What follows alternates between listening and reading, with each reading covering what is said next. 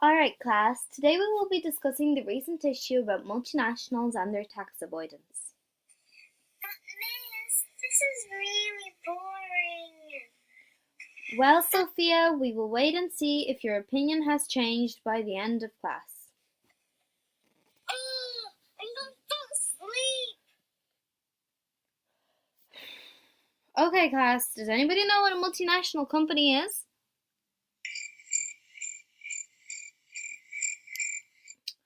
Okay then, it is a company operating in several countries. Do you mean like Facebook, miss? Exactly like Facebook, George. In fact, did you know that huge companies like Microsoft, eBay, and Apple have their headquarters in Ireland?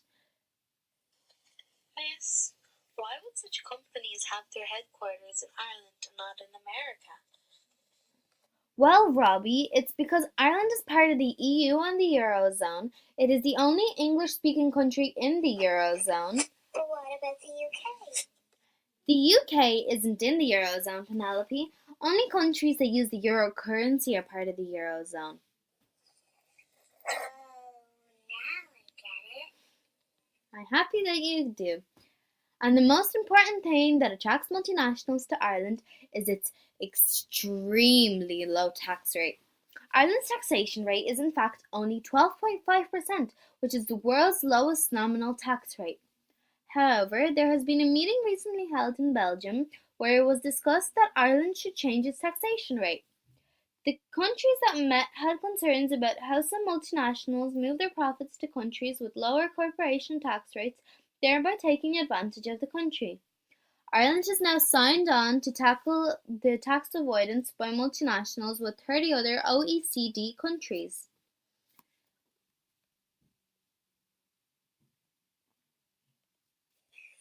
Whoa, that's a lot of money.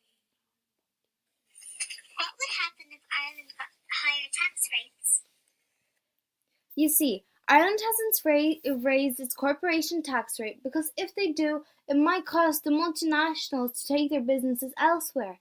Even though multinationals pay such a small tax, they still provide money to the government. Each year, companies pay €6 billion in wages to Irish employees. If the multinationals were to leave, there would be a huge loss in jobs and the government would have to pay out job seekers' benefit. This means that the government wouldn't get the €6 billion from the multinationals and would lose money by paying out the job seekers' benefit. The multinational also contribute €3 billion on capital investment and pay a tax of €2 billion, not to mention the €4 billion spent on goods and services sourced in Ireland. Whoa, that's a lot of money.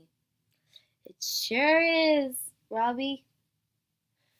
So, if Ireland were to raise their tax rate, they wouldn't have almost nothing to sustain them. Yes, they have tourism and agriculture, but that wouldn't maintain Ireland. Ireland is not like Australia where resources are extracted from land, or like Germany and America where there are too many multinationals to even count. Ireland has a perfect location for multinationals, and that is where they get their money from. However, countries that have higher taxation rates feel that Ireland has an unfair advantage being the only country in the EU with such a low taxation rate. There are good points and bad points to whether the taxations should stay the same or they should be higher, but I want to know, what do you think? Do you think they should raise the taxation rates? George, you go. I feel that Ireland shouldn't change its taxation rates, but I see why the EU wants Ireland to change it. Well, I hope the rest of the class learned something too. So, Sophia, what do you think about this topic now? Well,